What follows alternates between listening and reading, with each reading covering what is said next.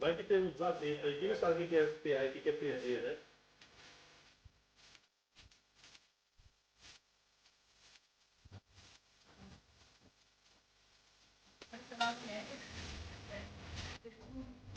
Então, mas estou no trabalho de ser concluído.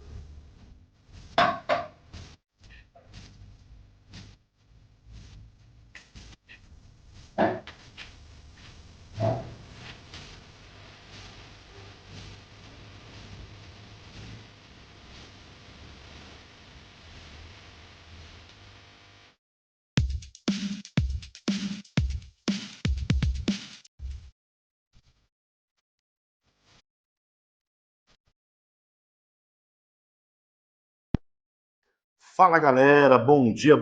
Você que está nos acompanhando aí, kkTV.com.br, é o nosso podcast Educacá e Conexões. Sejam bem-vindos a essa transmissão, ao nosso podcast aqui ao vivo hoje aqui, né, com a doutora Heloísa Campos. Nós vamos bater um bate-papo, doutora Heloísa pela terceira vez aqui, batendo papo conosco, esclarecendo dúvidas, né, trazendo sempre novidades, o que é muito bom. Quero agradecer você que está aí, né, permitindo que nós entramos na sua casa, né, levamos essas informações.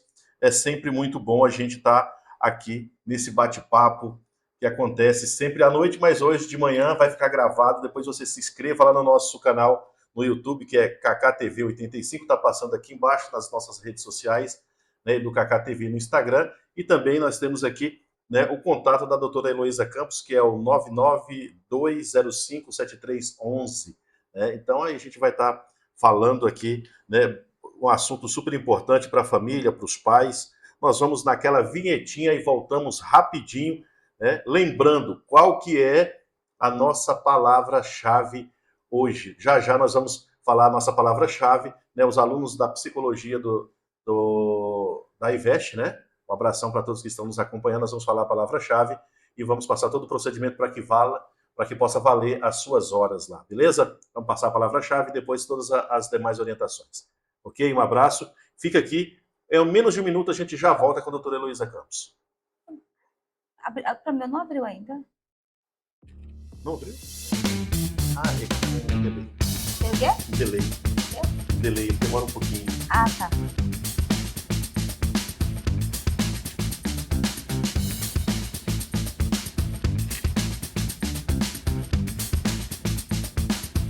O design, como que vai fazer? Eu vou falando, já...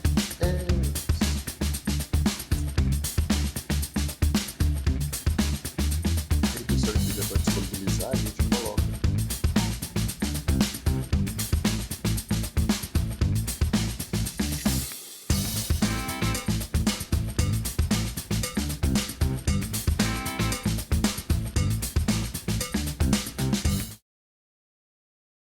Falei que era rápido? Já voltamos aqui, ó. Bom dia para você que está aqui conosco. Né, estamos começando mais uma edição, a 59ª edição do Educacá e Conexões, né, o espaço da educação, da informação, do diálogo que transforma a vida. Né, e hoje vamos falar sobre um tema que tem preocupado pais, educadores, profissionais da saúde em todo o Brasil. A saúde mental de crianças e adolescentes, né? Como identificar sinais de sofrimentos emocional quando a tristeza, a ansiedade ou as mudanças de comportamento deixam de ser passageiro. E qual o papel da família e da escola nesse processo? Para essa conversa, eu tenho a honra, né, de ter aqui ao nosso lado a doutora Heloísa Campos, né, que é médica, pediatra, psiquiatra, tal. Ela vai falar um pouquinho sobre ela, vai se apresentar a vocês. Bom dia, doutora, seja bem-vinda ao Educacá e Conexões. Bom dia a todos. Quero agradecer mais uma vez o convite de estar aqui. A minha formação técnica, eu sou médica pediatra, eu tenho após psiquiatria infantil e do neurodesenvolvimento. Agradeço mais uma vez. O tema é extremamente pertinente para a atualidade. Pela primeira vez, não sei se vocês sabem, em 2024 teve uma pesquisa, até para uma equipe brasileira, que foi publicada, que mostrou que pela primeira vez as crianças na faixa etária infantil mesmo, que seria até os 12 anos de vida, aumentou o transtorno da ansiedade. Então, pela primeira vez, foi mostrado que as crianças ultrapassaram tanto o público jovem quanto o infanto-juvenil. Antes da gente falar em transtorno, é importante a gente entender que é normal ter sentimentos, porque às vezes a gente fica naquela questão, eu não posso ter tristeza, eu não posso ter medo, né? Eu não posso ser ansioso. É da premissa do ser humano os sentimentos. Quando a gente pensa em transtorno, existe uma questão multifatorial que leva esse transtorno como causa. Mas é normal a gente, às vezes, ter o receio de atravessar a rua e olhar para não ser atropelado. Então, é o medo, né? O medo, ele é uma proteção para o ser humano. Quando que o medo passa a ser um problema para o ser humano? Quando eu tenho medo de sair de casa e nem atravesso a rua. Aí a gente pensa num transtorno psiquiátrico, nos transtornos mentais. Transtorno não é igual a doença, né? Então, é bom a gente ter isso em mente. Quando eu penso em doença, eu penso que eu vou tomar uma medicação e eu vou resolver meu problema. De premissa, quando você tem uma pneumonia, né, ou agora tem uma bronquiolite que está no caso da bronquiolite, você entra com a medicalização, você vai resolver o problema dessa criança. Quando eu penso em transtorno, para começar, transtorno não é uma doença, né? Então, a medicação, ela não vai resolver o problema se não tiver em conjunto toda uma equipe. Quando a gente pensa nessa equipe, seria uma equipe interdisciplinar, onde iria envolver não somente os terapeutas, a equipe médica também, mas também o ambiente familiar e o ambiente escolar também. Então, assim, o tratamento, ele é multidisciplinar, interdisciplinar. Então, o transtorno, existe várias causas, né, associadas, não existe uma única causa de transtorno, nós temos que pensar que é uma causa multifatorial. Os transtornos psiquiátricos que envolvem a infância, infanto-juvenil, nós estamos divididos em transtorno do neurodesenvolvimento e transtornos comportamentais. Eles acabam, às vezes, se misturando com as comorbidades. A criança, às vezes, pode ter um transtorno e ter um outro associado. Mas é importante sempre termos em mente que é normal termos sentimentos, né? É normal nós termos, às vezes, comportamentos, traços de alguns transtornos, mas não são transtornos, mas são traços, né? Uma população, de modo geral, ela tem o próprio traço do próprio TEA, né? O próprio traço, às vezes, do TDAH, né? Do déficit de atenção. Não quer dizer que essa população ela terá o diagnóstico psiquiátrico, ela tem o traço.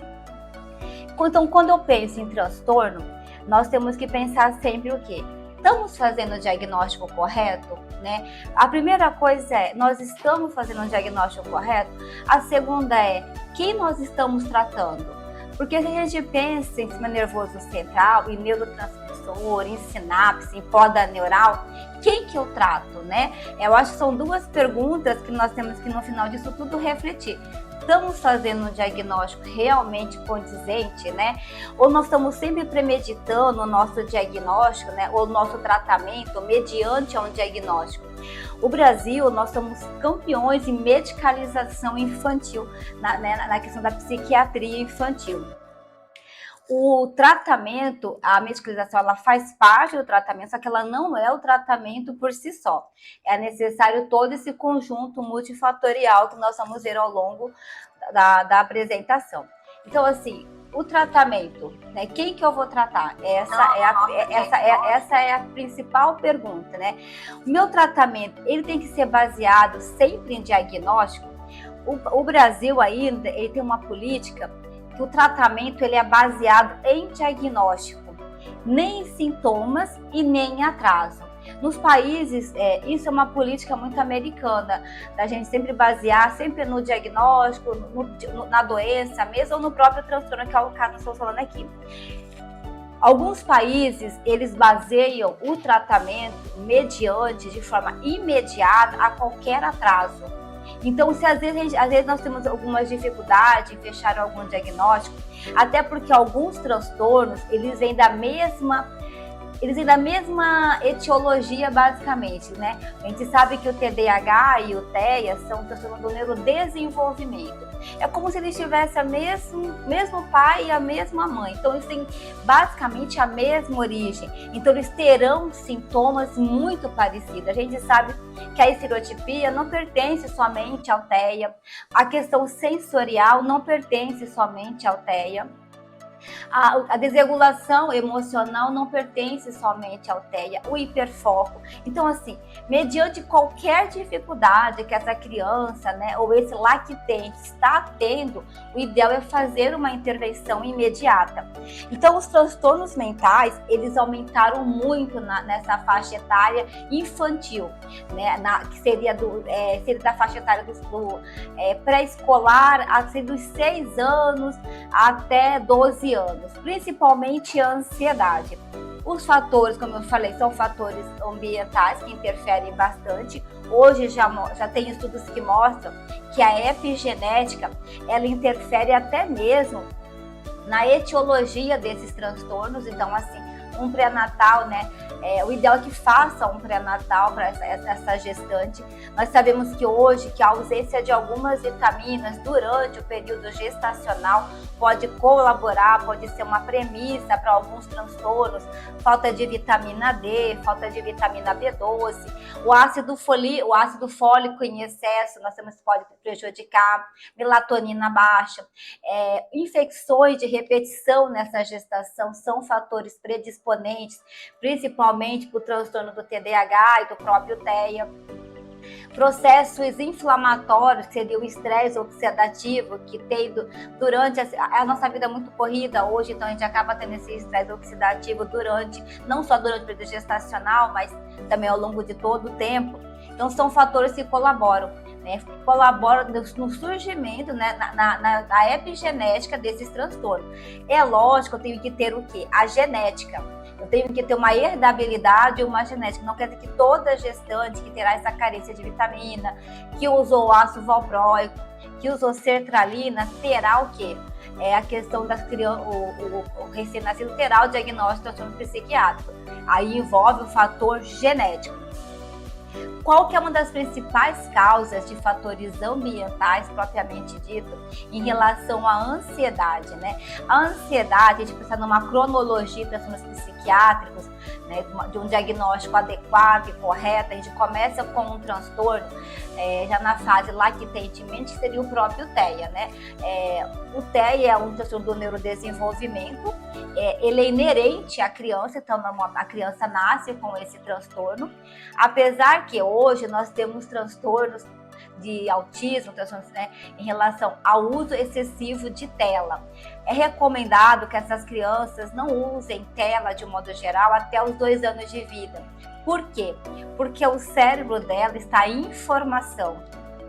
Tá, o processo de cognição, que é a região frontal está em formação. E se eu uso uma tela, eu posso atrapalhar essa cognição, esse sistema nervoso central, esses neurotransmissores. Nós sabemos que as crianças que estão no espectro autista, é importante a gente sempre pensar o seguinte, a criança está no espectro e não o transtorno da criança. Por quê? Porque quando a gente pensa em transtorno, cada criança, de uma forma o mesmo transtorno não vai ser igual para a mesma criança. Por isso que o tratamento deve ser individualizado, né, trabalhado com essa equipe. O ideal é que sempre trabalhe com os sintomas e não com o transtorno. Olha, quais os sintomas que mais me incomodam nesse momento essa criança, né? Esse ambiente familiar ou a própria escola. Então, pensando que eu tenho o transtorno e não um sentimento e não um traço, né? O primeiro transtorno que a gente começa a observar, né, na fase até de lactente seria o próprio autismo, né? Que é um transtorno do neurodesenvolvimento. Ele é caracterizado, pensando em sistema nervoso central, por excesso de sinapse. Então, eu tenho tantas sinapses que eu não consigo ter uma informação adequada, eu não consigo ter uma comunicação adequada. Então, assim, como que é essa criança, né? Normalmente ela vai ter uma dificuldade na comunicação. Quando a gente fala comunicação, não é linguagem, é uma comunicação verbal e não verbal, uma interação não adequada em decorrência a isso. Se eu não tenho uma comunicação adequada, eu acabo me tornando mais agressivo, porque é normal. Até uma forma de comunicação dessas crianças é apertando, é puxando, porque ela tem que se comunicar. É uma criança que não tem o contato visual. Nós sabemos que o contato visual é a primeira coisa que nós temos que ter. Contato e a sustentação desse contato para iniciarmos o quê? Uma socialização, uma comunicação adequada. Então, assim, essas crianças não têm essa comunicação, elas vão ter o quê? Um prejuízo funcional, elas vão apresentar um déficit persistente na interação social, na questão de manter, sustentar e iniciar uma conversa mesmo. E aí essas crianças, elas têm a poda neural que todo mundo fala, não é uma coisa exclusiva das crianças atípicas, né? A poda neural ocorre em todas as crianças. Então, nós temos uma primeira poda neural com 3 anos de vida. Se eu penso em um diagnóstico, transtornos psiquiátricos mentais na infância, na fase do lactente, com 2 anos, então eu já penso que eu tenho que começar a fazer uma intervenção nessa criança com 2 anos de vida, se eu já observo, se eu já tenho esses sintomas presentes, né? Ou esses sinais de alerta, né? Às vezes nós não conseguimos fechar o diagnóstico de uma forma imediata, porque assim, qualquer sinal de alerta é necessário já fazer uma intervenção imediata, porque às vezes alguns transtornos, como eu falei, ainda mais o TEA e o TDAH, eles acabam tendo o mesmo caminho, muito parecido, alguns sintomas, e acabam dificultando até esse diagnóstico, então intervenção imediata. Pensando nessa cronologia, então, o primeiro diagnóstico que nós temos seria o próprio TEA nessa fase de lactente. O segundo diagnóstico, é importante nós termos ideia, é o seguinte: toda criança com 2 anos, ela vai passar por uma mudança comportamental. Então, assim, antes da gente pensar em transtornos psiquiátricos, é importante a gente saber como que essa criança desenvolve o seu desenvolvimento. Então, assim, com 2 anos de idade, essa criança, ela começa a apresentar o quê? Alguns comportamentos. Que comportamentos, né? Ela começa a se ver como eu. Então, ela vai ficar mais egoísta, ela vai ter crises de birra, de se jogar no chão, né? Algumas crianças com 2 a 3 anos, elas são mais hiperativas, elas não param. Estou pensando em desenvolvimento normal dessa criança, né? É lógico, se eu tenho um transtorno, a tendência é eu piorar esses sintomas que já fazem parte, né? Esses sentimentos, quer dizer, que já fazem parte desse próprio indivíduo. Mas a gente não pensar em um diagnóstico imediato, muitas vezes, transtorno de hiperatividade com 3 anos de vida, porque de repente essa criança, ela é um pouco mais hiperativa, mais elétrica em relação às outras crianças. Não pensar num transtorno desafiador, opositor, uma criança de 2 anos, né? Que bate a cabeça quando não quer as coisas, que bate, que morde, que se joga no chão. Isso faz parte do seu desenvolvimento. Então, assim, para a gente pensar nessa cronologia, um próximo transtorno que começa a aparecer pensando em transtorno e não em sentimento e não em desenvolvimento dessa criança de uma forma que ela precisa desenvolver, eu penso um transtorno desafiador opositor, que começa com 4, 5 anos de vida. Hoje deu só que é um transtorno do comportamento e não do neurodesenvolvimento. Como eu falei anteriormente, transtorno do neurodesenvolvimento e transtornos comportamentais são transtornos psiquiátricos, né, da infância, né, da infanto-juvenil. Eles podem ter suas comorbidades, eles podem estar associados. Então, se eu tenho uma criança que diagnosticamos com TEA, não verbal, uma comunicação de expressar, é lógico que ela vai ter uma teimosia mais persistente, uma resistência maior à regra, né? Ela vai ter uma dificuldade de aceitar, porque ela não está compreendendo, ela pode ter, às vezes, um baixo limiar da frustração por causa disso. Então, eu posso ter, muitas vezes, um TEA com as suas comorbidades, pensando nessa cronologia. É lógico que, muitas vezes, essa criança, ela não tem o diagnóstico de TEA e, com 4, 5 anos, essa família chega no consultório relatando: olha, o meu filho, ele tem uma resistência muito grande às regras, uma teimosia muito persistente, uma agressividade, ele culpabiliza constantemente o outro. O TOD, né, tem um fator epigenético muito presente, né? Nós sabemos isso hoje, o fator epigenético é muito presente nessas crianças. Então, assim, qual que é o tratamento? É terapia comportamental. Se eu não tenho um outro diagnóstico associado, seria uma terapia comportamental, tanto da criança quanto da família. Então, assim, às vezes, um excesso de tela. Hoje a gente sabe que a questão da alimentação, né, a excesso de açúcar, coisas industriais acabam realmente dificultando essa criança. As cobranças que nós colocamos nessas crianças, até num ambiente próprio escolar.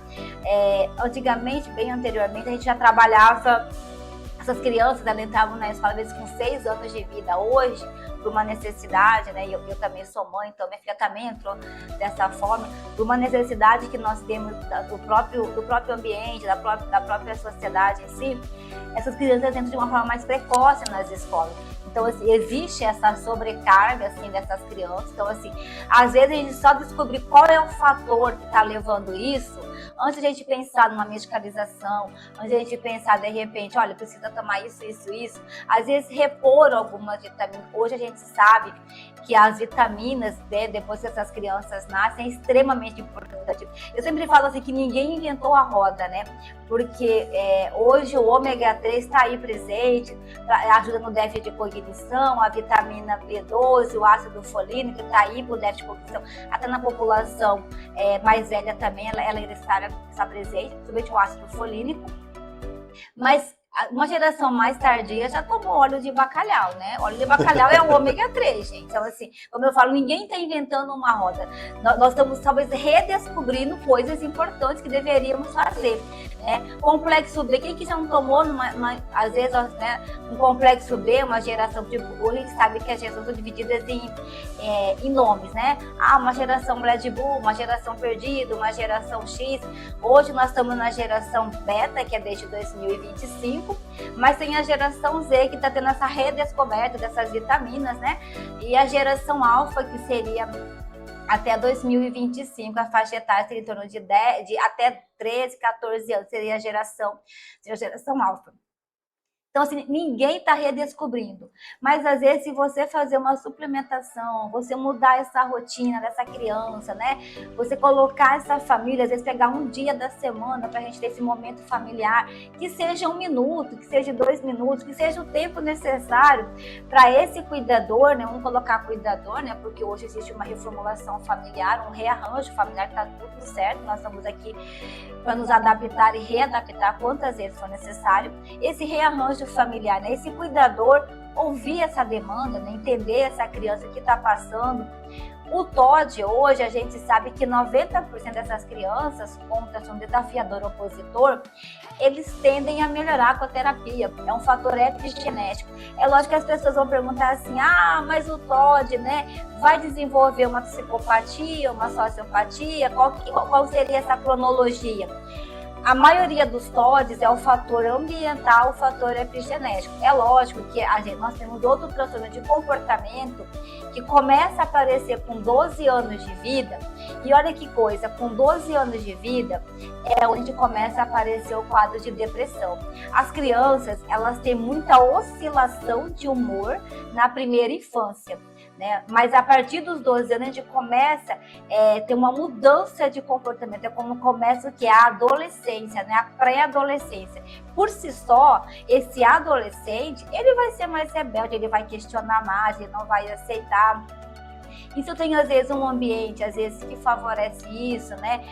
Às vezes, um ambiente disfuncional, é lógico que esse comportamento, ele tende, às vezes, ele ser mais inadequado e complicar bastante esse convívio dessa criança em sociedade. Mas, assim, pensando nessa cronologia de comportamento, pensando, às vezes, as pessoas querem saber, assim, psicopata já nasce com psicopata, né? A psicopatia, que é a questão de personalidade, só vai ser fechada com 21 anos de vida. A gente não fecha diagnóstico antes de 21 anos de vida. É lógico que existe o fator genético, né? Então, assim, a psicopatia, e como eu falei, como tem essa cronologia de comportamento, eu tenho o primeiro TOD com 4, 5 anos de vida, aí com 12 anos, o apogeu do TOD é com 7, 8 anos de vida. Lembra que eu falei que tem as podas neurais? A primeira poda neural importante em qualquer criança é com 3 anos de vida. A segunda é com 6 anos de vida. É onde eu pioro alguns comportamentos, é onde eu pioro o próprio TOD e também outros comportamentos, né? A hiperatividade, o déficit de atenção, o próprio transtorno do espectro autista. Muitas vezes eu tenho uma perca dos marcos que eu já estava adquirindo. Essa poda neural não é exclusiva das crianças com transtornos psiquiátricos. O grande problema dos transtornos psiquiátricos é que, às vezes, eu vou... O que é uma poda, né? Quando eu vou fazer uma poda de uma árvore, eu tiro aquilo que não é bom. Uma poda neural numa criança atípica, eu tiro muitas vezes aquilo que não era para tirar e deixo coisas que eu tinha que ter tirado. Então, isso vai dificultar o quê? Essa criança na sua socialização, de um modo geral, pensando em qualquer transtorno. Porque o que a gente busca numa terapia? É o quê? Essa criança se tornar aqui sociável, né? Ela se tornar funcional e adaptativa em relação ao meio, em relação a si própria, primeiro, em relação aos seus pares, que é da mesma faixa etária, e em relação à sociedade. As terapias, elas buscam isso, que é fazer o quê? A famosa neuroplasticidade, né? Então, a neuroplasticidade é a reformulação desse cérebro. Então, assim, o cérebro ainda está em formação até 21 anos de vida, porque a gente não fecha essa psicopatia antes de 1 ano de vida, de 21 anos de vida. Então, assim, os transtornos psiquiátricos, pensando na questão da própria psicopatia, qual que seria a cronologia, né, pensando na forma linear, né, pensando bonitinho, mas assim, na medicina nada é linear, né? Mas vamos pensar na forma linear. A forma linear, quando a gente aprende, seria o quê? Eu tenho um TOD, caminho para conduta com 12 anos, e eu caminho para 21 anos com transtornos comportamentais de personalidade. Algumas crianças, elas, muito raro, elas já podem desenvolver transtorno de conduta antes do TOD. Então, ela já pode, com 5, 6 anos, aparecer um transtorno de conduta, né? Precedendo a questão do próprio TOD. E hoje nós temos um transtorno novo comportamental que chegou recentemente, que é o transtorno disruptivo do humor. Então, só tomar cuidado, porque quando a gente se frustra, a gente fica, é normal sentimento, né? Então, você tem que pensar em sentimentos. Então, assim, é normal os sentimentos. Mas esse transtorno, ele é recente, ele vai ocorrer por volta de 5, 6 anos de vida, quando essa criança ela não vai ter uma teimosia persistente, né? Porque o TOD, ele consegue desestabilizar toda a família primeiro, muitas vezes, antes de estabilizar. Quando eu tenho um disruptivo, eu normalmente já explodo rapidamente uma questão simples. Às vezes, eu vou dar um exemplo. A mãe fala bem assim: fulano, você só vai comer esse doce após a janta, após o almoço. Eu não estou negando esse doce, mas por causa que essa criança, né, ela quer comer esse doce antes do almoço, ela já desregula por completo. Aí a reação dela é desproporcional à causa, né? Porque não foi negado o doce para ela. Então, assim, ela quebra as coisas, ela se bate, ela se morde. Então, assim, ela é disruptivo, ela é muito reativo, né, em relação a isso. É um transtorno recente, ela não tem tanta teimosia muitas vezes, né? Porque o TOD é um jogo de xadrez. Se você pega uma criança com TOD, é um jogo de xadrez, é bem desafiadora mesmo. Mas a gente começa a entender o que leva essa criança a esse tipo de comportamento, né, destrutivo, porque transtorno de comportamentos, mesmo estando associado a transtorno de neurodesenvolvimento, que seria quais? TEA, TDAH, transtornos alimentares, depressão, ansiedade. O transtorno de ansiedade, a gente for pensar, eles se abrem vários, né? A gente fala transtorno de ansiedade, mas nós temos a própria TAG, que é generalizada. Temos transtorno de ansiedade de separação, que ocorre com 6 anos de vida. Temos as fobias, né, sociais, as fobias específicas, tudo é transtorno de ansiedade. Temos o modismo seletivo, que também está presente como transtorno de ansiedade. Então, assim, é uma gama de transtorno de ansiedade. E as causas principais do transtorno de ansiedade, muitas vezes, é essa cobrança desses pais excessiva, né? Essa competição. Meu filho precisa fazer, ou cuidador, meu filho precisa fazer 1000 coisas, né? Uma coisa que a gente percebe, que o ideal era que estudasse à tarde os adolescentes, né? Porque eles têm muito sono. e eles estudam pela manhã. Então, assim, eles têm uma dificuldade muito grande, muitas vezes, de prestar, porque eu vou mudar todo o ciclo circadiano dessa criança, porque ela vai ter que, até ela se adaptar, aí chega final de semana, tá liberado, né? Por isso que eu falo que o papel até da equipe, até do médico, é de orientação, né? É uma psicoeducação, não estou falando nem psicoterapia, que isso cabe aos psicólogos e aos terapeutas também, mas uma forma de dar uma orientação. O que eu sempre oriento, que é permitido a sexta-feira dormir até mais tarde. É lógico que coisas eventuais a gente tem que trabalhar, né? A vida, como eu falei, a vida não é linear, sempre tem as curvas, sempre tem os mais, os porém.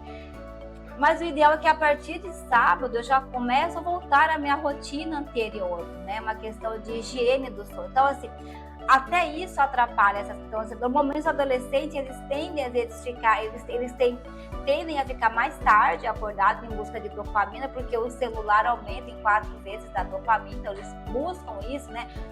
O adolescente, de modo geral, ele busca essa agitação mesmo, essa busca de pertencimento. Então, assim, normalmente a depressão, como eu falei, começa com 12 anos de vida. Antes disso, é mais transtorno de ansiedade, que começa com 5, 6 anos de vida. E com oscilação de humor. Mas essa questão, até a gente fizesse uma mudança, às vezes, até nesse ambiente escolar, né? Para ver como que faria em relação a essas crianças, adolescentes, em relação a ir na escola, porque eles realmente ficam com mais sono durante, eles precisam dormir em média, os adolescentes, quase igual recém-nascido, em média de 12 horas, de 8 a 12 horas. Eles não dormem de 8 a 12 horas por noite, né?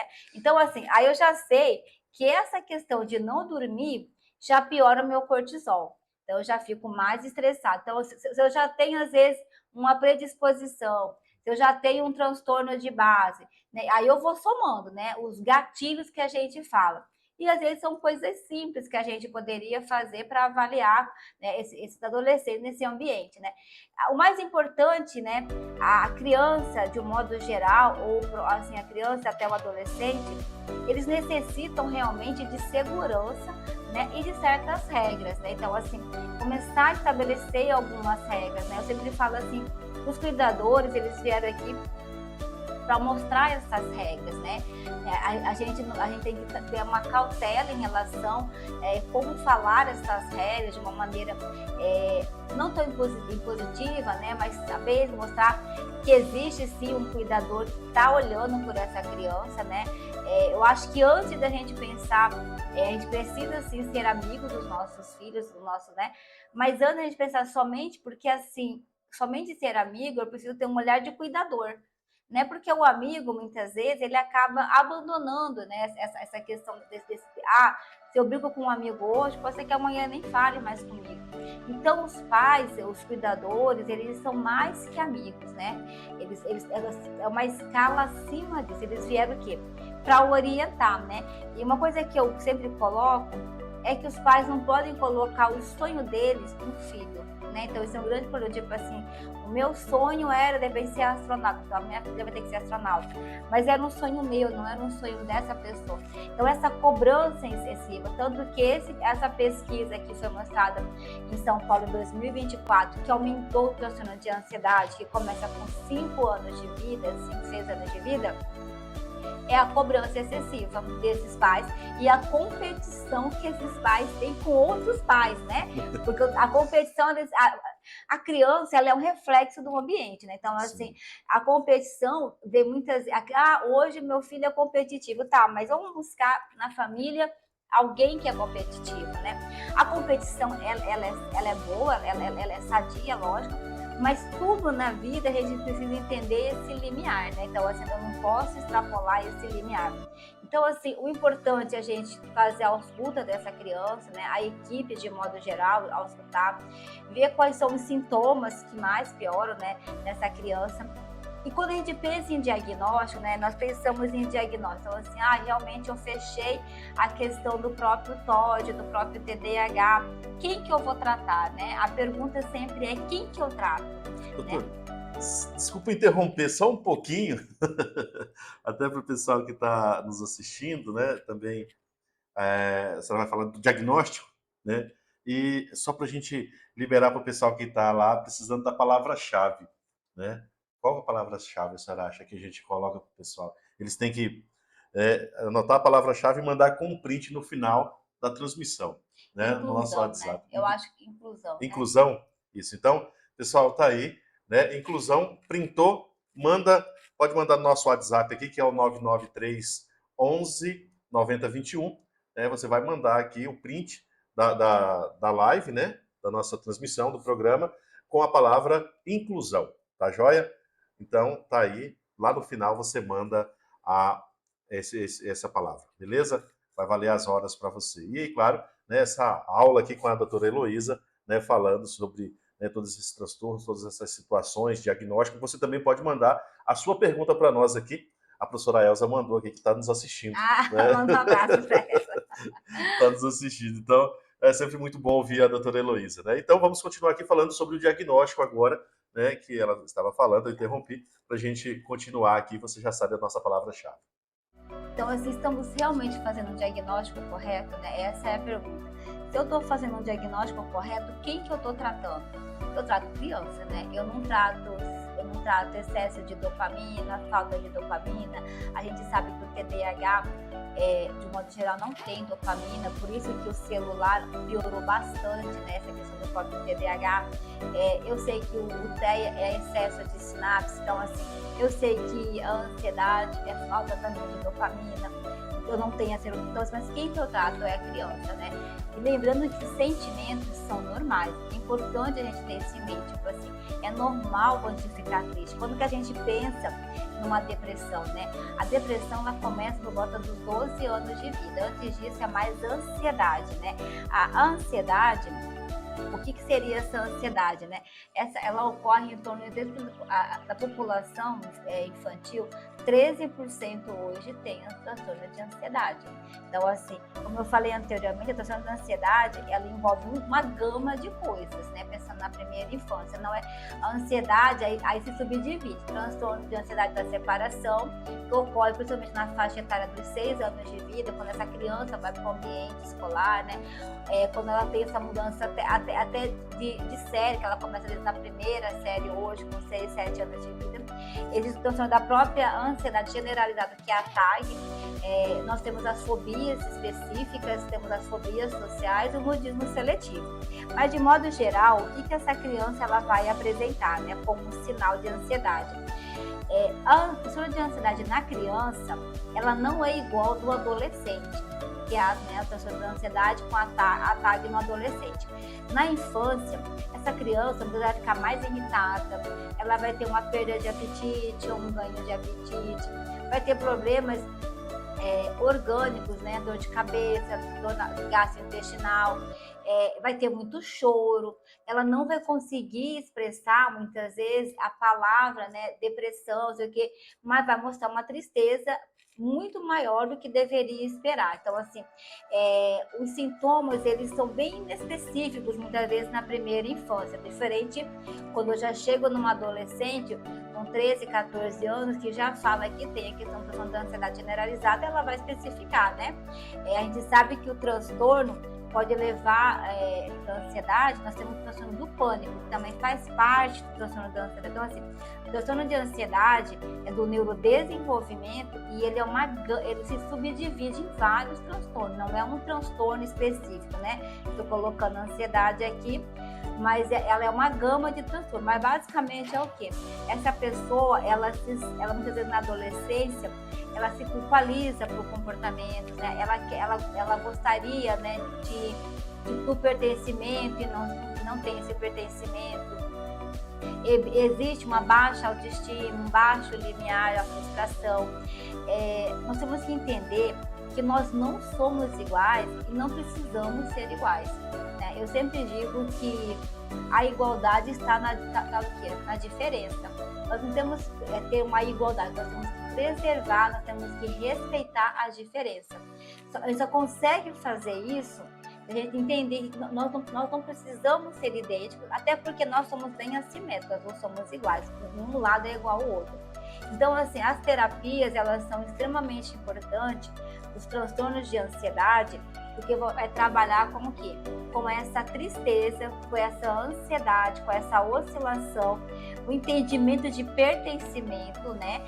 A culpabilização, acho que às vezes o adolescente se culpa muito, né? Isso aí é importante. Então, assim, uma criança, né, que mudou seu comportamento, né? Então, uma criança que era leve, extrovertida, por uma mudança brusca de comportamento dessa criança, né? Ela ficou mais retraída, não quer muito contato, não quer pegar na mão, tem uma dificuldade de socialização, de sair, tem que investigar, tem que ficar como um sinal de alerta para buscar uma ajuda de um profissional.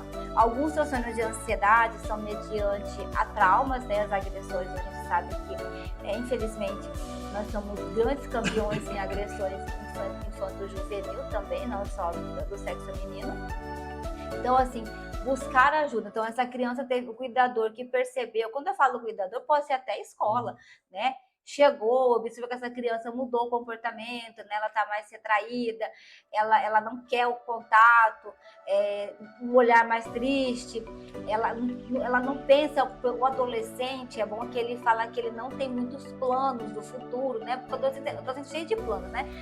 Eu não tenho muitos planos, então assim, ficar com esse olhar atento. Então, assim, por isso que eu falo que o tratamento, ele envolve não só a equipe, de modo geral, mas toda a sociedade e também a escola que faz parte dessa sociedade. A depressão, como eu falei agora há pouco, ela começa por volta dessa faixa etária de 12 anos. Antes disso, é mais o transtorno mesmo da ansiedade, que seria mais da separação dos pais, teria também uma fobia, né? O que seria essa fobia muito específica? Quem que não tem medo de tirar sangue, né? Uma fobia específica, né? Eu tenho só medo ali, você entendeu? Uma fobia social, né? Então, assim, às vezes respeitar essa criança que não quer falar em público, né? Todo mundo tem que falar em público, não. A gente não precisa falar em público, né? Antigamente nós tínhamos aquelas apresentações, né? Você já falou das apresentações, aquele jogral, cada um falava um pedaço, no final ninguém entendia nada, ninguém entendia o outro, e só repetimos ali. Então, assim, nem todo mundo tem. Mas eu gostaria de vencer essa minha fobia social para falar em público. Então, vamos vencer essa fobia social para falar em público, né? Mas nós vamos entender se a pessoa não tem essa vontade, não quer tentar entender esse direito. Eu sempre digo que depois do ECA veio os direitos dessas crianças e desses adolescentes, mas mediante os direitos vem os deveres também. Então, nós não podemos nunca esquecer que nós temos direitos e deveres, né? Tanto o infanto-juvenil como a própria população de modo geral. E aí nós começamos com a depressão, com 12, 13 anos. Então, essa criança com 12, 13 anos, a depressão, ela surge normalmente quando eu já cheguei no limite máximo da minha ansiedade. Eu não faço uma intervenção muito precoce anteriormente com essa ansiedade, com essa oscilação de humor, né? Com esse sentimento de tristeza, eu já passo para a depressão. Então, a depressão, ela começa a aparecer com 12, 13 anos de vida. Com 14 anos, é a terceira poda neural mais importante, é onde pode abrir os quadros de esquizofrenia adiante, né? Então, assim, quadro de esquizofrenia também, transtorno de desenvolvimento, quadro de bipolaridade também pode abrir depois dessa faixa etária. O que é essa depressão, né? É uma quantidade, assim, ela sente uma tristeza muito profunda e muito frequente, como o povo fala, né? Eu tenho que ficar triste, uma tristeza além do que é esperado, uma diminuição dos interesses agradáveis que esse adolescente gostaria de fazer, se chama adenonia, tipo assim, eu não tenho interesse, e às vezes nem mexer em celular, eu só quero ficar no quarto deitado com a luz apagada. É lógico que alguns adolescentes têm esse comportamento também, então, como eu falei, é importante ter esse olhar crítico em relação a diagnóstico, mas tratamento ele tem que ser imediato, né, antes mesmo de diagnóstico. Qualquer coisa que essa criança, adolescente apresente de dificuldade, o ideal é já fazer uma intervenção. Existe também um aumento dessa raiva, né, desproporcional. Ele quer passar a maior parte do tempo sozinho, então ele não quer esse convívio. O isolamento ou a comunicação é muito pobre. Então, assim como eu falei, é sempre uma cautela, porque o adolescente hoje em dia tudo fala, eles têm outro linguajar, né? Ainda mais essa geração que está vendo aí, essa geração alfa, é totalmente, eles não falam, as palavras assim, eu pedi eu você quer comer? Manda só o N, né? Não. Então assim, não tá, é pobre a fala dele. Mas tem que observar se é do próprio adolescente mesmo, desse comportamento desse adolescente, né? Ou agora ele mandava um N que nem queria nada e hoje ele manda uma cara que não quer nada. Então, assim, tá mudando o comportamento, tá vendo? Então, assim, porque senão uma grande maioria vai ter diagnóstico de depressão dessa questão da própria linguagem pobre, né? Porque hoje eles têm uma linguagem bastante reduzida, né?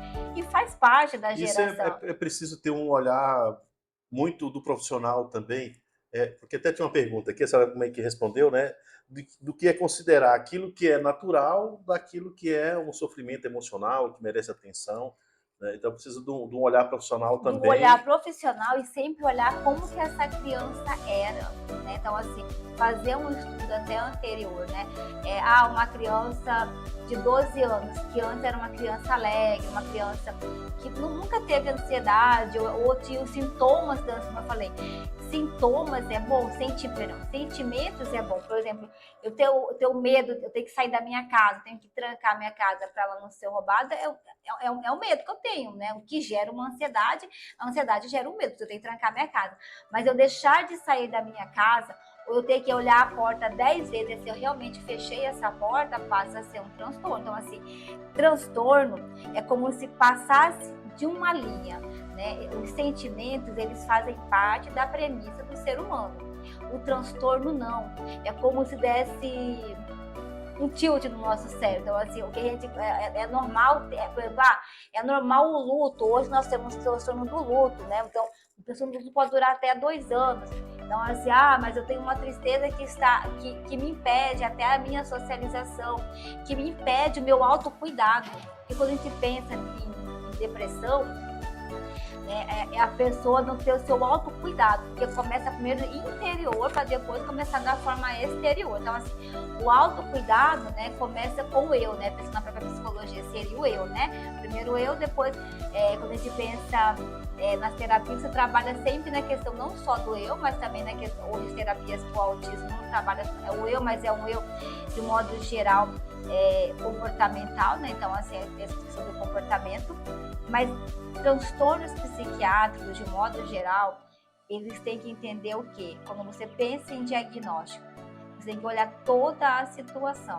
Então, uma criança que ela veio tranquila, sem nenhum transtorno, e ela começou a ter uma depressão com 12, 13 anos de vida, essa depressão ela tem que ser mais persistente, né? Às vezes tem um tempo que ela tem que durar, né? Então, assim, existe um fator que a gente chama de tempo para durar, para a gente pensar, será que realmente essa depressão... Porque existe episódio de depressão, né? Então, assim, essa menina, ela perdeu o cachorro, ela perdeu, foi mal na prova, né? Então, assim, um episódio depressivo é um episódio, não é um diagnóstico, é um episódio. Quando a gente pensa em depressão, é como se isso fosse muito mais frequente e atrapalhasse, começa na cognição. O que é a cognição? É o seu sistema nervoso central não está conseguindo lidar com isso. E aí vem na parte comportamental, vem na parte orgânica, porque a depressão, a pessoa ela vai ter sintomas orgânicos, né? Ela pode ter perda de peso, pode ter ganho de peso, sabe? Porque a gente pensa, tá deprimido, não, pode ter ganho de peso, porque assim, é bem complexo. Os transtornos, eles têm as suas comorbidades. Eu posso ter uma depressão e eu iniciei, às vezes, um transtorno de comportamento compulsivo obsessivo. Uma pessoa que perdeu um comportamento obsessivo compulsivo, normalmente está muito associado com quadros de ansiedade, né? Com perdas. Então, assim, normalmente a depressão, ela pode vir de uma forma isolada, como eu falei agora há pouco, por um trauma isolado, mas ela já pode vir, né? Se você busca desse, mas essa criança com 5, 6 anos, como que ela era? Ela era agitada, ela era inquieta, ela tinha, eu falava que ia ter a prova de viajar esse ano, já começava, não queria dormir já há quase 6 meses. Então, assim, essa mudança, então, você já está vindo desde antes, né? Então, assim, não, agora realmente, porque com 12 anos é normal que o sistema nervoso central mude. E aí eu preciso, você vê, a gente tem que ser Mais do que amigo, né? Nós temos que ser mais do que tudo isso, porque quando o sistema nervoso central muda, essa criança ela vai mudar. E aí eu preciso de alguém atrás para ter essa retaguarda para ajudar esse sistema nervoso central se adaptar ao meio. E se eu não tenho isso, eu acabo realmente passando o que a gente considera de normalidade de sentimentos para transtornos psiquiátricos, né? Aí temos que fazer a intervenção, sim. E às vezes episódios depressivos podem ser trabalhados também, tá? A gente nunca pode não entender a dor do outro, né? Às vezes uma pessoa que perdeu, às vezes, eu perdi um lápis que eu gostava muito, mas aí entra o episódio depressivo. Mas você perdeu um lápis, aí você busca a história, mas esse lápis que me deu foi meu pai, foi meu avô, e ele já não tá mais aqui, então existiu uma simbologia em relação a esse lápis. Então, assim, a gente não pode desvalidar a dor do outro, né? Eu acho que essa é a parte mais importante em relação a tudo isso. E trabalhar, né? Trabalhar com os sentimentos que são normais também, às vezes pode extrapolar, e trabalhar com os sintomas psiquiátricos, psiquiátricos. Aí a gente pensa na questão da própria hiperatividade, que começa às vezes pensando em diagnóstico com 5, 6 anos de vida. O que a gente pensa? Transtorno a hiperatividade, ela pode estar sozinha, né, com a impulsividade, ou ela pode estar com déficit de atenção. O déficit de atenção é mais comum no sexo feminino, mas não quer dizer que não vai ter os dois, o sexo masculino também, ou também não quer dizer que a minha também não vai ter os dois transtornos. Quando eu penso em hiperatividade, o que eu vejo nessa criança abaixo de 12 anos de vida, né? Porque a hiperatividade, o próprio TDAH, depois dos 12, 13 anos de vida, ele tende a mudar. Então, assim, a gente não vê muitas vezes um menino de 13, 14 anos subindo e descendo nos lugares, né? Mas a gente vê uma criança com 5, 6 anos subindo a 1000 por hora. A hiperatividade é a impulsividade, é uma criança que não para, está sempre a 1000 por hora. Ela fala sem parar, ela tende a interromper o outro, né? Então, assim, ela não espera a sua vez. A impulsividade coloca ela em risco, coloca o outro em risco. Ela vai atravessar a rua, ela nem vê e já vai atravessando. Está sempre a 1000 por hora, quer sempre ser o primeiro. E eu tenho o déficit de atenção, que seria a distração. Normalmente é mais como um sexo feminino, né? Eu tenho uma distração, eu não consigo ter uma concentração adequada. Parece que eu tô sempre no mundo da lua, parece que alguém fala comigo, parece que eu não tô nem ouvindo, eu perco as coisas, eu fico prostagnando. Vamos fazer a tarefa agora? Não vou fazer, não quero fazer, tem um esquecimento, eu falo, fulano, vai fazer tal coisa, vai no mercado, né? Ou vai ali no seu quarto, pega 3 camisas, 3 shorts, já esqueceu, a primeira já esqueceu. O que era mesmo? Volta novamente. Então, assim, é o esquecimento. Isso, aí toda criança com TDAH terá transtorno de aprendizado? Não. Mas o TDAH, eu sempre falo que a gente não dá o devido cuidado e devido lá com o TDAH. O TDAH é um precursor de vários transtornos psiquiátricos. E um deles também é a questão do aprendizado. Toda criança com TDAH vai ter problema de aprendizado? Não vai ter, né? Por isso que eu falo bem assim, se eu tenho uma criança com TDAH, né, déficit de atenção e hiperatividade, com transtorno de aprendizado, se eu fizer uso de uma medicação para melhorar essa concentração, esse déficit de atenção, essa criança vai aprender? Não. A medicação, né, ela é associada a essa questão de prestar atenção, melhorar o déficit de atenção e a distração. Se eu tenho uma comorbidade associado, que é o transtorno do aprendizado, eu preciso com certeza de um TEI, eu preciso de um AT, né? Porque assim, aí a gente vai entrar na briga, né? Essas crianças, elas têm direito a um plano escolar, não é um plano escolar exclusivo só do TEA, né?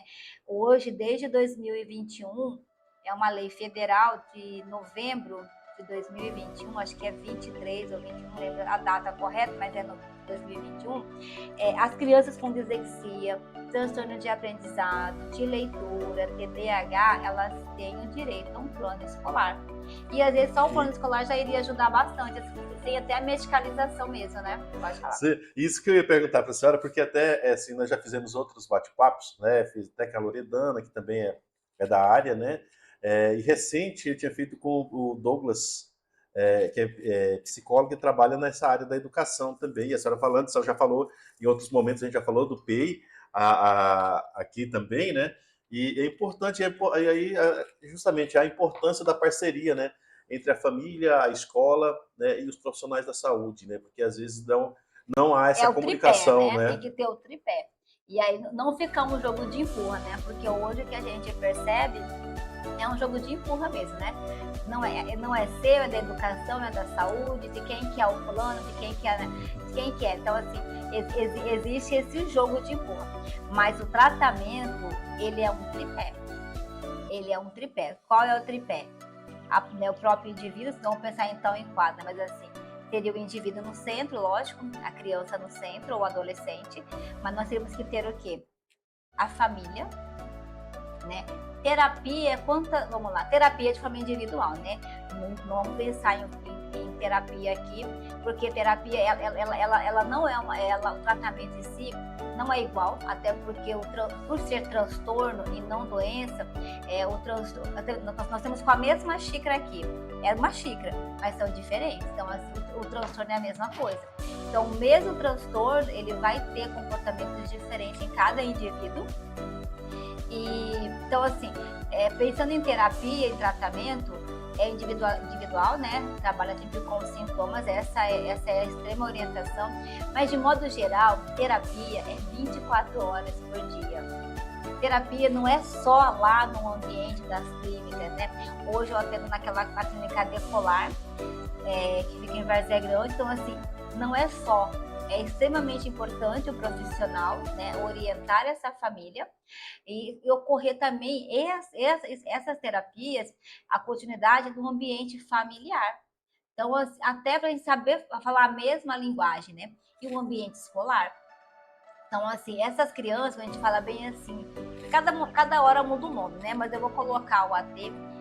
O AT para o TDAH em si, muitas vezes, se ele não tiver um TEA associado junto, outro transtorno, seria só o TDAH mesmo, com a questão do aprendizado, sem um déficit de cognição, sem um déficit de inteligência, o AT, ele vai auxiliar essa criança, ele não precisa ficar do lado dessa criança, mas é como se fosse um professor, um psicopedagogo mesmo, uma psicóloga, para auxiliar essa demanda nesse ambiente escolar. Mas o plano escolar, teoricamente, ele é obrigatório para qualquer... O correto é assim, ser obrigatório para qualquer criança que tem uma dificuldade no aprendizado, né? Então, assim, eu tenho uma dificuldade em ler e escrever, eu já tenho questões de aprendizado, já tenho descalculia? Não, às vezes essa é uma dificuldade minha mesmo, né, de aprender. E aí eu entro, né, com esse suporte escolar. É lógico que todo mundo sabe da demanda hoje, porque eu falo, eu acho que o tratamento em si é treinamento de cuidadores. Nós temos que orientar esses cuidadores. Se a gente não pegar num desses cuidadores, vai ser um trabalho de enxugar gelo mesmo, entendeu? Porque a demanda é muito grande, né? O ambiente escolar, hoje a gente vê que tem vários, né? Na mesma sala, tem vários transtornos psiquiátricos, então, assim, a demanda é muito grande. Isso eu falo até em ambientes particulares mesmo, estaduais, municipais, a demanda é muito grande. Se a gente não fizer uma parceria com esses cuidadores, nós vamos realmente só enxugar gelo, né? Então, assim, é importante para a gente finalizar, assim, se tiver alguma dúvida em relação aos transtornos, é importante a gente entender que nós vamos sempre tratar o indivíduo, né? Sempre tratar os sentimentos desse indivíduo. Não vou nem colocar transtornos, mas primeiramente os sentimentos, né? Quando a gente pensa nos transtornos psiquiátricos, é importante a gente fazer esse tratamento de uma forma adequada, para a gente não postergar esse sofrimento, né? A gente sabe que quando você pega um adulto, né? Você tem ansiedade, você tem alguma coisa, você pode buscar a infância, que ele fala que ele era um adolescente, uma criança extremamente ansiosa. E a ansiedade, como é um sentimento, né, presente na nossa vida, mas se não tratada, ela começa... É como se você fosse enchendo um copo d'água. Uma hora ele vai transbordar. Então vamos pensar isso, né? Os sentimentos são normais, isso aqui é normal. Se eu chego e coloco mais água aqui, vai transbordar. Principalmente os transtornos de comportamento, né? A gente sabe disso. como eu falei, o TDAH, o TEA tem muita questão do neurodesenvolvimento. Então, assim, as crianças, elas já têm isso na fase, elas são inerentes a elas, né? Mas mesmo esses transtornos que já são inerentes, né? Já tem essa percepção que nasceram com o transtorno, mesmo essas crianças, elas têm sentimento. Então, você sempre lembrar, é uma criança, né, que tem um transtorno, uma criança que tem um sentimento e um transtorno, e não o contrário, tá? Eu jamais posso colocar um transtorno numa criança. Então, é uma criança que tem um sentimento e tem o transtorno. E esse sentimento, por estar nesse transtorno, tende, às vezes, ser mais exacerbado, às vezes, piorar alguns comportamentos. Se eles tiverem alguma dúvida, né? Então, assim, é importante fazer esse tratamento em conjunto, né? O diagnóstico é extremamente, tem que ser cauteloso, tá? O ideal é fazer com uma equipe especializada o diagnóstico, mas mediante a qualquer atraso, qualquer dificuldade que essa criança possa apresentar, tem que ter uma intervenção imediata, tá? O mais importante são as intervenções imediatas. Não buscando, tem que busca pelo diagnóstico, porque nós somos um país que ainda temos isso como uma premissa para iniciar tratamentos, né? O diagnóstico é importante, sim, mas a gente não consegue fechar um diagnóstico por N motivos, né? Até porque os transtornos são muito parecidos às vezes. Mas, então, assim, mediante qualquer sintoma, qualquer sentimento que prejudique essa criança, tem que ter uma intervenção imediata, porque nós vamos tratar sempre, né? Crianças e não doenças, né? Nós vamos tratar sempre criança e adolescente, a gente não vai tratar neurotransmissor nem metabolismo cerebrais, a gente vai tratar sempre o indivíduo. Então, validar a dor desse cuidador, né? A gente acha que não tem uma dificuldade a questão, mas validar a dor individual, validar a dor dessa família, trabalhar com essa família. Então, assim, eu acho que o gancho hoje seria família, né? Eu acho que a família tem que estar no meio disso tudo, porque senão vai ficar saúde e educação sem saber o que vai fazer, mas a família tem que estar como premissa fundamental nesses tratamentos. E no diagnóstico, os profissionais têm que estar mais capacitados para fechar o diagnóstico de uma forma mais condizente com o próprio quadro clínico. É isso, pessoal. Uma baita aula aqui com a doutora Heloísa, né? Sempre bom falar sobre esses assuntos, que é importante para a saúde, é um assunto para a família, né? Ela nos serviu o cappuccino, até esfriou aqui, mas né? Você se inscreva nas nossas redes sociais aí, acompanha, deixa depois essa entrevista, esse bate-papo aqui vai estar disponível lá no YouTube, KKTV 85, né? A galera aí já sabe qual que é a palavra, nós vamos repetir lá no final, tem que mandar o print e a palavra para nós no final. Já estamos indo para o final. Mais uma pergunta, doutor, é o seguinte, sobre o preconceito, né? Quando falamos em psiquiatria infantil, né, como combater esse estigma, né? Porque às vezes as pessoas ainda têm muito esse estigma, esse preconceito, né, a respeito dessa questão da saúde mental infantil. Eu acho que tem que ter conhecimento, né? O conhecimento diminui o quê? A própria exclusão, o próprio estigma. Transtornos psiquiátricos, por exemplo, quando a gente pensa em transtornos orgânicos, tem o diabetes, pressão alta, então assim, é mais fácil, né? Mas nós temos que nos libertar, porque o sofrimento está presente, né? E aí, quando a gente pensa assim, estigma infantil, né? Da psiquiatria infantil na infância. Mas você pega um público adulto jovem aí, pode buscar. Então, assim, tá vendo a gente trabalhar o nosso preconceito, a gente consegue lidar com as nossas frustrações e melhorar nossa socialização no futuro. Então, assim, é só fazer uma pesquisa no ambiente familiar. Quantas pessoas têm ansiedade, quantas pessoas têm depressão, talvez se não tivesse sido tratado na infância, será que estaríamos hoje? Porque, assim, uma coisa que eu sempre falo, nós queremos muito a mudança do mundo, né? A mudança do mundo. Mas a mudança começa interna. E se libertar dos preconceitos, se for o primeiro passo, vamos começar por esse primeiro passo. As crianças sofrem, tá? Eu vou colocar não só transtornos psiquiátricos, mas sentimentos, né? As crianças, elas sofrem, elas são vulneráveis, nós temos que dar ouvido para essas queixas dessas crianças e buscar ajuda.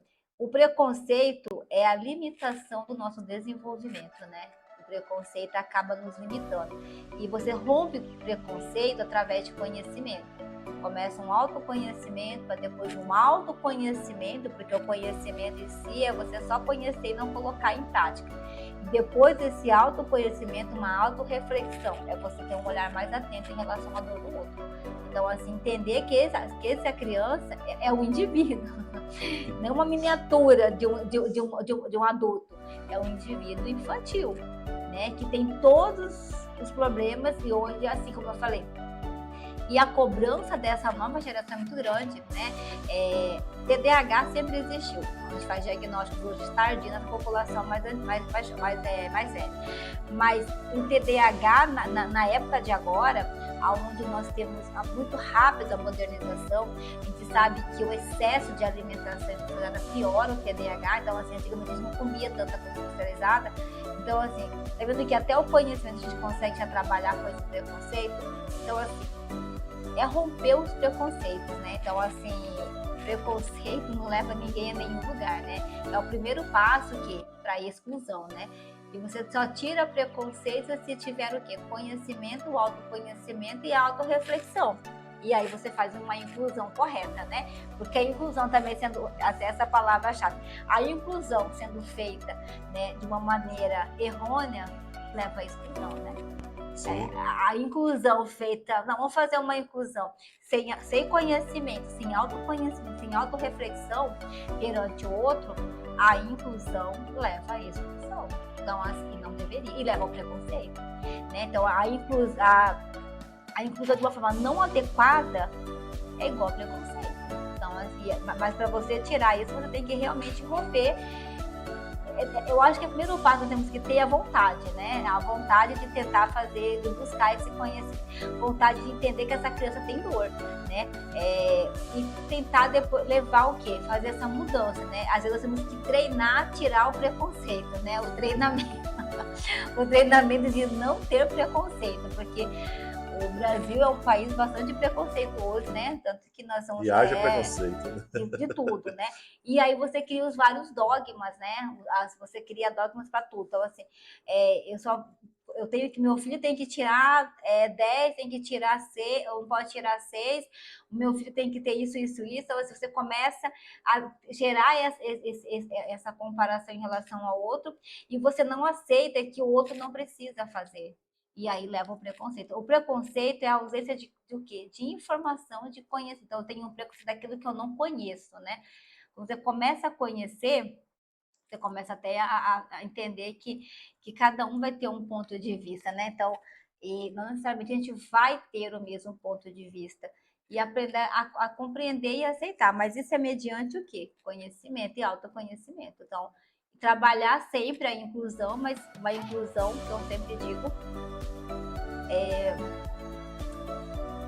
não baseada somente em palavras, né? De forma consciente mesmo, né? De forma consciente, senão ela vira exclusão.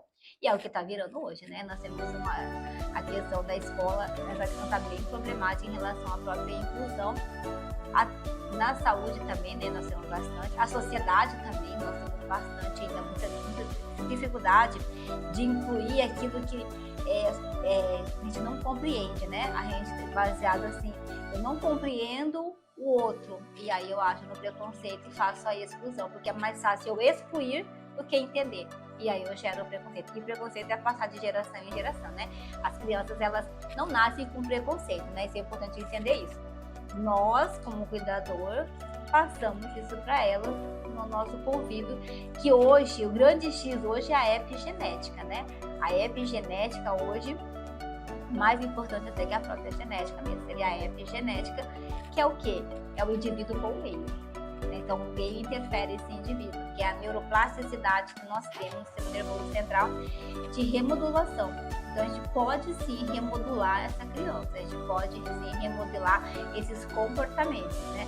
Mas o primeiro passo é conhecimento, o primeiro passo é vontade, conhecimento e autoconhecimento. Tem alguma dúvida? O conhecimento muda tudo, né? A gente sempre fala que essa parte do conhecer, do saber, o quanto que é importante, é por isso que a gente faz isso aqui, né? Essa transmissão, esse bate-papo, sempre o nosso intuito é levar informação, levar conhecimento, trazer a discussão aqui para tudo isso, né? Para que você possa ficar bem informado, o pai, o filho, o avô, o professor, os cuidadores, né? Então, para que todos possam ter informação de qualidade, né, com profissionais que realmente entendam do assunto. Você é sempre muito bem-vindo. Gente, já estamos caminhando já dos minutos finais. Eu quero pedir para vocês depois irem lá no YouTube. Nós não estamos fazendo transmissões mais ao vivo no YouTube, ao vivo na kktv.com.br, mas depois está disponível lá para que possam assistir novamente os cortes no Instagram, do KKTV, está passando aqui embaixo, você pode conferir, tá? Mas vai lá, faça a sua inscrição, né? Vou te falar uma coisa, não custa nada, tá? E nem dói. Você ir lá e deixar o seu like e deixar, né, e se inscrever lá no nosso canal, né? Ajuda a fortalecer essa luta, a fortalecer o nosso propósito, que é sempre levar informação, e claro, todo dia, né, tem informação na KKTV, também aí você pode acompanhar as nossas notícias escritas aí, a gente sempre traz notícia de qualidade, coisa que é para informar mesmo, que é para, né, melhorar o seu dia, e ter um bom dia com o Kaká, às 6 da manhã, 10 minutinhos de reflexão, de bate-papo rápido ali, um cafezinho, e você pode acompanhar a mensagem e algumas notícias para ficar o dia bem informado, tá joia? Então se inscreva lá no nosso canal, nos acompanha no Instagram, divulga para todo mundo, tá? É de graça, não custa nada. E antes disso, eu tenho uma pergunta para a doutora aqui, que é uma coisa que sempre me deixa muito inquieto, e que são as telas, né? Ela falou das telas aqui, né? Tem mais gente que tem dúvidas também sobre as telas, né? Porque ela faz parte da nossa vida, não tem como a gente tirar hoje as telas do nosso meio, mas é uma coisa que a gente vê que ela impacta de formas assim, né, muito forte na vida das crianças, principalmente. O ideal é até 2 anos a redução completa da tela. Existe autismo hoje por tela, que é o déficit da cognição. E os adolescentes, o público dos 2 até os 12 anos, eu sempre falo assim, o ideal é assim, o máximo, né, que de ver em tela é 4 a 5 horas de tela, mas o ideal é não ficar 5 horas na tela, é frear, você entendeu? Frear como? Ficar 60 minutos, né? Depois mais 60 minutos. A minha filha tem 10 anos e não tem celular, né? O celular, eu sempre digo assim, quem tem que ter, né? É uma conduta pessoal minha, né? Eu acho que celular é uma arma muito perigosa. Tem que ter muito discernimento para usar o celular. Isso até adulto mesmo, tá? Sim. Não é uma coisa. Nós estamos falando aqui do público infanto-juvenil, mas o celular é uma arma muito perigosa. Tem que entender o que é certo e errado para usar um celular, discernimento. Mas se já tem celular, coloca aqueles dispositivos que você vigia, né? Essa criança, controla essa criança, porque a gente sabe que existe muitos chats, eu lido com muito público juvenil, então assim, existe lives onde já trabalham com a pornografia, né? Então assim, na própria live já acarreta essas crianças. Então assim, qual que é a melhor coisa que nós podemos fazer, né? Em relação ao uso da própria tela com a tecnologia? Até o próprio bullying, né? Eu sempre digo assim, todo mundo já sofreu bullying, eu sofri bullying quando era criança. Mas o que nós temos que avaliar? É o contexto familiar. Né? Criança é criança. Por mais que desde 2010 essas crianças, elas nascem mais inteligentes, né? A gente sabe que as crianças, a partir de 2010, elas têm mais altas habilidades. Por mais que elas tenham inteligência, tenham uma cognição, elas não têm maturidade emocional para ficar sem um supervisor de um adulto. Então, assim, a supervisão do adulto, como eu falei, o adulto é mais do que o próprio amigo, né, um cuidador, porque ele vai supervisionar, ele vai olhar para essa criança, né, a questão do apego, ele vai ter afeto, ele vai ter cuidado. Então, assim, o que eu sempre oriento, né, as crianças que já têm tela, e assim, engraçado que minha menina tinha que fazer um trabalho na escola e precisava do celular para fazer depois. Ela escreveu, não tenho celular na apostila. Aí eu falei, coloca bem assim, não terei tão cedo, a vida da minha professora, não terei tão cedo ainda. Mas é algo que eu tenho em relação a ela, né? Mas isso é uma coisa da minha própria família que nós determinamos isso, mas é uma coisa muito familiar para determinar a questão do celular ou não. Se já tem o uso até o adolescente mesmo, é supervisionar. né? Deixar claro quais são os seus direitos, quais são os seus deveres. Né? Então, assim, não deixar por conta, né? Nós temos essa já é adolescente, deixa isso aqui, não. Então, assim, está presente. Nós, infelizmente, o Brasil é campeão na questão da agressão física com a criança, na agressão sexual, né? Então, assim, eu atendi uma paciente uma vez que eu orientei, falei, ó, não pode mandar foto, não pode mandar, supervisionar, né? O papel seria uma psicoeducação, uma psicoorientação em relação a esses cuidadores, mas celular, mesmo para adulto, às vezes se perde, né? Então, assim, o ideal é até 2 anos de vida não ter a questão do celular, né? A gente tentar reduzir o máximo de celular e de tela, e depois tentar voltar como era antigamente, entendeu? Fazer brincadeiras, fazer jogos. Às vezes eu não vai conseguir fazer todos os momentos, então eu não tenho como fazer, estou muito cansada, mas não deixar essa criança 60 minutos, no máximo 60 minutos, depois dá uma pausa, vai fazer alguma coisa, vamos sentar aqui, depois pode voltar, porque muita gente pode falar sobre isso, mas tem um capítulo da própria psiquiatria que existe meio já para pegar essas crianças, tanto que hoje o youtuber é obrigado a mostrar momentos que podem viciar essas crianças em alguns jogos. Assim, existem jogos, existem várias coisas que já pegam essas crianças, né, no próprio YouTube ou em excesso, que fica lá horas.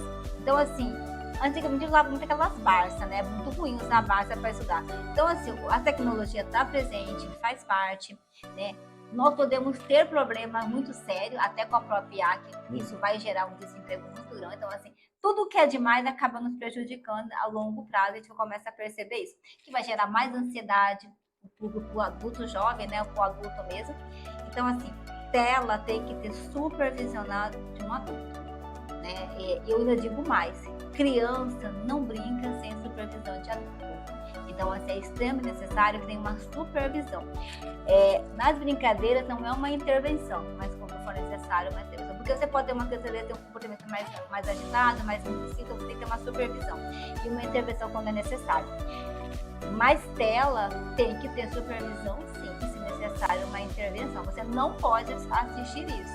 Então, você tem direitos, porque assim, essa geração, ela sabe todos os seus direitos. Você pega a criança de 10 anos, é capaz dela saber os seus direitos e você não sabe. Mas e os deveres, né? Direito é igual a dever. Então, assim, e os cuidadores têm que supervisionar. Eles têm que fazer parte dessa criança. Como eu falei, as crianças, ainda mais na fase infantil, elas necessitam de regras, de cuidado. Então, assim, as crianças precisam fazer, o adulto, né, ele precisa fazer parte desse dia a dia dessa criança. Até para a gente pensar em diagnóstico mesmo, né, se o adulto chegar, ou até para pensar num tratamento adequado. Quem vai trazer muitas vezes a queixa é o cuidador, é o pai, é a mãe, é o cuidador de modo geral. Ou a própria escola, quando está muito presente dessa criança. Muito bem, gente.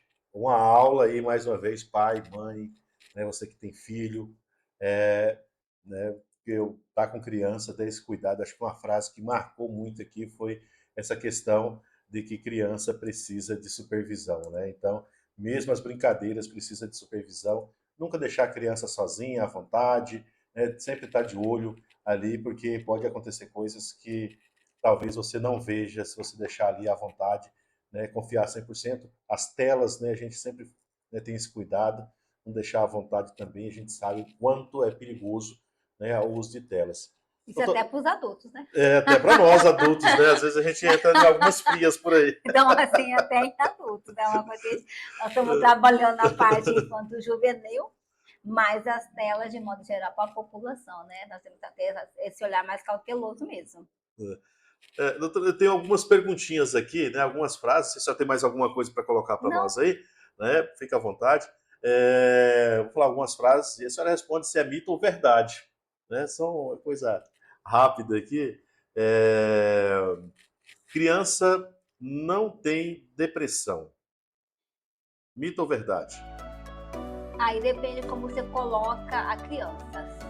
A depressão começa com 12 anos, na pré-adolescência. Então, pode ser verdade, depende da faixa etária. Se eu coloco criança, ela é mais difícil ter a depressão na fase de criança, né? Quando eu penso em criança, seria a faixa etária até 12 anos, né? Ela tem tristeza, né? Ela tem oscilação de humor. Pode ter, mas é muito mais difícil, mas a depressão está a partir dos 12 anos de vida, assim. Então, vamos colocar como verdade, né? Pela faixa etária, mas tem que avaliar a faixa etária. Ok, então tá aí. A outra é, ansiedade é frescura?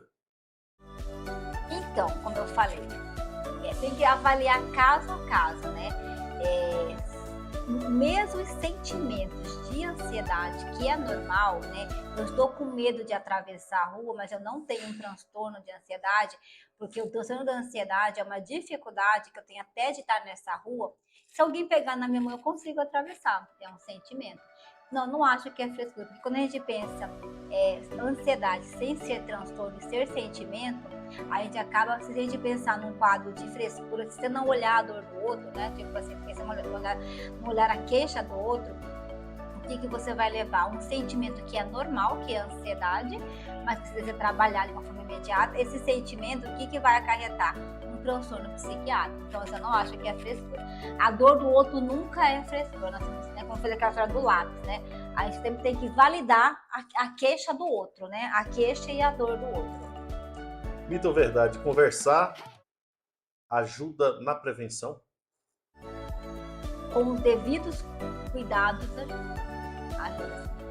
Mais uma, mito ou verdade? Todo adolescente isolado está com depressão? Não, foi o que eu falei para você aquela hora, né? Não sempre. Aí teria que avaliar toda a epigenética, todo o contexto familiar. Tem adolescentes, assim, tem uma época que o pessoal usava até unha preta, né? Casaco preto, blusão. Aí outros já querem expor mais o corpo. Tem outros que não tem nenhum problema, porque assim, o ser humano ele é muito individual, então não dá pra gente colocar assim, não. Vai ser assim. Mas de modo geral, isolamento social, né, nessa faixa da adolescência, pode ser um episódio depressivo, um único episódio só, levou um fora da namorada, do namorado, perdeu um colega, mudou de escola, ou ela mudou de escola, foi para outra cidade. Então, assim, é um episódio isolado de depressão. Às vezes é só um tipo de comportamento, mas é um tipo de comportamento, um tipo de sentimento. Mas se eu não fizer uma intervenção, como eu falei para você, tudo tem um limite. Se eu deixar esse adolescente, que é normal, né? Eles ficarem mais isolados, questionarem mais os pais, porque ele convive tanto com os pais. Se eu deixar eles lá, é lógico que o nosso sistema nervoso central está em trabalho, né? A nossa cognição não para e leva a mudança de comportamento. Então, assim, algo que a gente consideraria normal nessa faixa etária para esse adolescente, porque a gente não pode generalizar, nem todo mundo vai ser assim, né? Então, às vezes ele é mais introvertido, mais quieto. Então, essa situação, se ela não tiver uma intervenção, uma supervisão, uma intervenção, pode sim levar a um quadro de depressão, tá? Maravilha. E a última, mito ou verdade? Saúde mental também deve ser acompanhada preventivamente? Sempre. Essa sim, como eu falei, se a gente tiver um olhar até com supervisão de vitamina, não sei se você sabe, vitamina B12 baixa é uma das causas de depressão, de oscilação de humor e depressão. Que é o quê? Se você fizer uma suplementação dessa vitamina B12, desse ácido folínico, eu consigo muitas vezes, com uma ausculta adequada, levantar. Então, assim, o normal é de 200 a 1000, um exemplo, a vitamina B12. Para quem tem 300 e tem episódio depressivo, tá baixa, eu tenho que aumentar. Então, assim, a prevenção é a primeira coisa. Então, assim, mas tem que tirar o estigma, né? Os mitos que saúde mental é coisa de gente doida, né? Então, assim, que vai tratar, não vou levar meu filho. Sentimentos fazem parte da vida da gente. E, às vezes, mesmo os sentimentos precisam de um olhar mais atento, sim, tá? De uma intervenção precoce, sim. Imediata, mesmo sem diagnóstico. É isso aí, gente. Chegamos ao final, né, de mais um Educacai Conexões, o nosso 59º episódio. A doutora Heloísa gosta do 9, porque ela teve no 19º, teve no 29º e agora no 59. Olha 59. Destinado, cabalístico.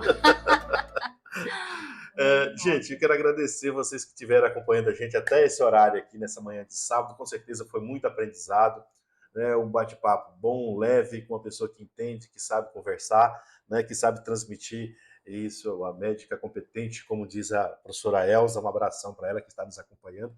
Não é só porque é afilhada e sobrinha, né? Mas é uma ótima profissional. E com certeza, porque a gente sempre vê os elogios para a doutora Heloísa, né? A Lília está lá em Dourados, está nos acompanhando também. A Maiane lá no interior de São Paulo, esqueci o nome da cidade agora, gente. Mas está, acho que em Presidente Prudente, se não me engano. Uma galera que está lá em Prudente está acompanhando. E, claro, a galera da Faculdade Invest, do curso de Psicologia, que nos acompanharam. A palavra-chave é inclusão. Gente, faça o seu print, manda para nós, né, com a palavra. O WhatsApp está aí, né, é o 659 920. Opa, esse é da doutora Heloísa. Vamos lá, doutora Heloísa aqui, o telefone dela, o contato profissional, é o 992057311. O nosso da KKTV é o 993 11 90 21. O Instagram você já sabe que é o EduKKTV e no YouTube KKTV 85. Agora, né, doutora Heloísa, onde encontrar a doutora Heloísa nas redes sociais? O telefone a gente está aqui passando, né, onde encontrar o consultório, atendimento, onde a senhora, né, atende a população e, claro, a sua mensagem para a galera que nos acompanha. A minha rede social é doutora Heloísa Campos, né? Eu estou atendendo agora na Clínica Decolar, que fica lá em Várzea Grande. Eu acho que a mensagem é a gente se libertar realmente dos preconceitos, né? A gente trabalhar mais com a nossa inclusão, buscar mais conhecimento, né? Nós temos que sempre nos instruir, né? É necessário instruir. Quando você faz essa busca do conhecimento, você consegue lidar melhor com essa inclusão. Então, eu acho que esse é o caminho mesmo, entendeu? O conhecimento. Trabalhar não só pelas próprias telas, que também não é um grande problema, né? Vamos colocar as telas como um grande problema, mas a tela também tem a questão do conhecimento. Nós estamos aqui na tela, então a tela tem o conhecimento, a busca dos conhecimentos e do autoconhecimento, que é saber fazer uma autorreflexão da melhor maneira possível, para se libertar dos preconceitos e com isso termos uma inclusão, né? A sociedade, ela precisa ser inclusiva. A minha menina, quando ela tinha uns 4 anos, ela está com 10 agora, eu fiz uma pergunta para ela e ela respondeu, as pessoas têm, ela falou até errado, porque é normal falar errado às vezes nessa idade, não falar o R. Ela deixou, eu falei assim, as pessoas podem ser diferentes, né? Ela deixou bem claro, as pessoas têm que variar. Ainda falou errado, tem que variar. Então as pessoas têm que variar, nós temos que variar, nós não precisamos ser idênticos a ninguém, né? Ter isso em mente. Não precisamos ser idênticos, né? A igualdade está na diferença. Se a gente trabalhar a diferença, a gente consegue conviver em sociedade. E isso é através de conhecimento e autoconhecimento, gente. Quero agradecer mais uma vez, eu não sabia que vou até ver o que significa o número 9, ó. O número cabalístico 9. Mas mais uma vez um convite, estou aberta, né? Precisar novamente, estamos juntos. É um prazer sempre estar nessas lives, como eu falo, tudo tem que ser moderado, né? Então, sim, isso aqui faz parte do nosso cotidiano. Talvez eu não tinha uma outra chance de fazer essas lives se fosse, de repente, há 20 anos atrás, não tinha esse acesso, né? Então era mais difícil, era mais restrito, né? Você vê que era mais difícil essa questão de passar conhecimento. Então, acho que o conhecimento tem que ser passado, tem que ser universal da melhor maneira possível. Agradeço mais uma vez e pode contar comigo se precisar. Olha, doutora Heloísa, a gente que agradece, e eu agradeço aí, a gente sempre fazendo esse trabalho, nós vamos na casa do convidado, no consultório, já tivemos no consultório da doutora Heloísa, outra vez ela esteve no estúdio conosco, e a gente vai, assim, vamos em outros lugares também. É sempre bom estar aqui, eu agradeço imensamente, né?